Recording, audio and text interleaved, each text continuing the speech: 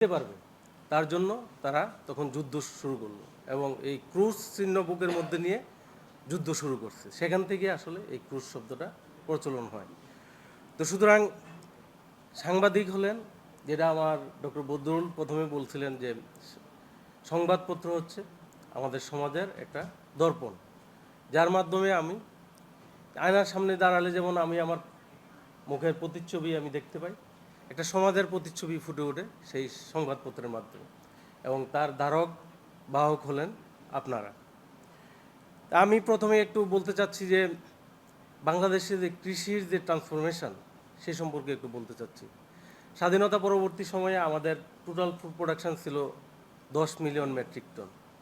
আজকের এই 54 বা 55 বছর সময়ের আবর্তনে আমাদের 2025 সালে যদি আমরা দেখি, আমাদের টোটাল ফুড প্রোডাকশন হচ্ছে 50.3 মিলিয়ন মেট্রিক টন। এই over the period of time, এই 54 বছর বা 55 বছরে আমাদের প্রোডাকশান বৃদ্ধি পেয়েছে হলো আপনার প্রায় 5 গুণ।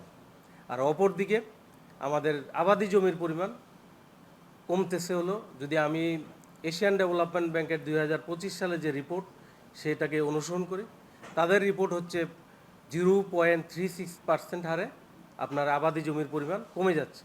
দ্যাট ইজ প্রতিদিন আমার এই আবাদি জমির পরিমাণ কমছে 307 একর, এবং আমাদের জনসংখ্যা বাড়ছে 1.12% হারে। দ্যাট ইজ প্রতি বৎসর আমাদের এই জনবহরে যুক্ত হচ্ছে 20 থেকে 22 লাখ নতুন মুখ। একদিকে আমাদের আবাদি জমির পরিমাণ কমছে, অপরদিকে আমাদের জনসংখ্যা বাড়ছে। এটা আমাদের কৃষির জন্য অন্যতম একটা বড় চ্যালেঞ্জ হচ্ছে যে খাদ্য নিরাপত্তা নিশ্চিত করা। দ্যাট ইজ ক্রমহ্রাসমান এই জমি থেকে ক্রমবর্ধিষ্ণু জনগোষ্ঠীর খাদ্য নিরাপত্তা নিশ্চিত করা, এটা আমাদের জন্য একটা বড় চ্যালেঞ্জ। তার সাথে দাঁড়িয়েছে আমাদের ক্লাইমেট চেঞ্জ, এবং ক্লাইমেট চেঞ্জের ফলে আমরা কি দেখতে পাচ্ছি?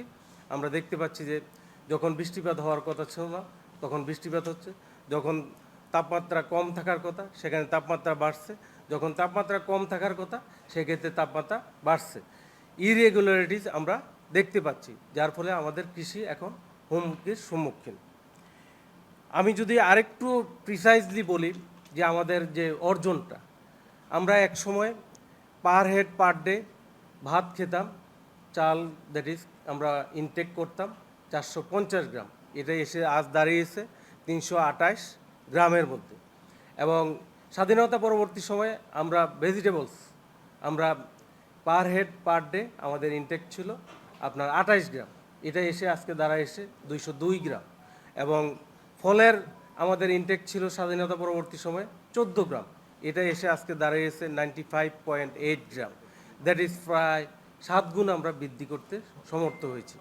আমরা যদি দেখি আমাদের যে এই ডিমের চাহিদা পার পার্সন পার ইয়ার আমাদের চাহিদা হচ্ছে 104টা, কিন্তু আমাদের প্রোডাকশান আজকে এসে দাঁড়িয়েছে 136টা পার পার্সন পার ইয়ার। আমরা যদি মাংসের চাহিদা বলি, আমাদের পার পার্সন হচ্ছে 120 গ্রাম পার হেড পার ডে, আমাদের প্রোডাকশান এখন হচ্ছে 125 গ্রাম পার হেড পার ডে। এবং মাছের কথা যদি বলি, আমাদের চাহিদা হচ্ছে 60 গ্রাম পার হেড পার ডে, সেটা আমাদের আজকে আমাদের উৎপাদন হচ্ছে 65 গ্রাম পার হেড পার ডে। তো সুতরাং আমাদের এই যে এই সফলতা, এটা কিন্তু একদিনে না, এবং এর পেছনে আমাদের কাজ করছে বিজ্ঞানী, সম্প্রসারণবিদ, আমার আপামর কৃষক ভাইয়েরা, এবং আপনারা মিডিয়া ব্যক্তিত্ব যারা, তাদের অক্লান্ত পরিশ্রমের ফলে আজকে আমাদের এই অবস্থা। তো সুতরাং এই বিষয়গুলা ক্ষেত্রে আপনারা যেটা সত্য সাংবাদিকতা, হলো জার্নালিজম না, অবশ্যই যেটা মন্দ সেটাকে মন্দটাকে মন্দ বলতে হবে আমাদেরকে, যেটা ভালো সেটাকে ভালো বলতে হবে, সে আদর্শকে নিয়ে আমাদেরকে এগিয়ে নিতে হবে। আমাদের এক সাংবাদিক ভাই বলছিলেন যে, সম্ভবত বণিক বার্তায় উনি ছিলেন, বর্তমানে নতুন কোথায় জয়েন করছেন, রিসার্চ অ্যান্ড ডেভেলপমেন্টের বাজেটের কথা উনি বলছেন। আমি যদি বলি, আমার এশিয়ার যে দেশগুলো, কোরিয়াতে তাদের জিডিপির রিসার্চ অ্যান্ড ডেভেলপমেন্টের জন্য তাদের বাজেট হচ্ছে 4.5%। জাপানের কথা যদি বলি, সেখানে তাদের বরাদ্দ হচ্ছে 3.5%। আমরা যদি চায়নার কথা বলি, 2.1% তাদের বরাদ্দ। আমার পাশের দেশ ইন্ডিয়ার কথাও যদি বলি তাদের হচ্ছে 0.9%। ইভেন পাকিস্তানের কথা যদি বলি তাদের বরাদ্দ হচ্ছে গবেষণা খাতে 0.27%। তাদের চেয়েও কম আমাদের বরাদ্দ, সেটা হচ্ছে 0.26%। আপনারা জানেন যে অ্যাকর্ডিং টু আইপিসিসি রিপোর্ট, যারা ক্লাইমেট চেঞ্জ নিয়ে কাজ করে থাকে, তাদের রিপোর্ট অনুযায়ী 2100 সালের দিকে আমাদের এই তাপমাত্রা বাড়বে 1 থেকে 3.7 ডিগ্রি সেলসিয়াস, এবং লবণাক্ততা বাড়বে আমাদের 14 থেকে 27%, এবং আমাদের বন্যার প্রকোপ বাড়বে 6 থেকে 8%। সেটার বেজ ইয়ার হলো 2005 সালে বাংলাদেশে যে পরিমাণ বন্যা হয়েছে, ওইটাকে বেস করে আগামী 2100 সালের দিকে সেটা 6 থেকে 8% বাড়বে। সুতরাং এই রিলেটেড যদি আমরা গবেষণা না করতে পারি, সায়েন্স টেকনোলজি ইনোভেশন নিয়ে যদি আমরা আমাদের নিজেদেরকে প্রস্তুত না করতে পারি, আগামী দিনের সেই চ্যালেঞ্জ আমরা মোকাবেলা করতে পারবো না। তারপর আমি আরেকটা বিষয় বলবো যে বর্তমান সরকার কৃষিবান্ধব সরকার। আপনারা জানেন যে এই সরকারের বয়স মাত্র আপনার 4 মাস চলছে। এরই মধ্যে গভর্নমেন্ট কৃষকের জন্য একটা কৃষক কার্ড উদ্বোধন করেছে, যেটার মাধ্যমে কৃষকদেরকে সরকার সম্মানিত করেছে। কি আপনারা জানেন যে আমাদের দেশে অধিকাংশ কৃষকের তার নিজের জমি নেই। সে যদি কোনো কৃষি লোন নিতে যায়, তার কিন্তু মর্গেজ দেওয়ার মতন তার ভূমি নেই। সেই জন্য গভর্নমেন্ট এই কৃষক কার্ড দিয়েছে। এর মধ্যে অন্যতম একটা কাজ হলো এই কার্ডটা সে ব্যাংকে দেখানোর সাথে সাথে ব্যাংক তাকে ঋণ দিতে বাধ্য থাকবে।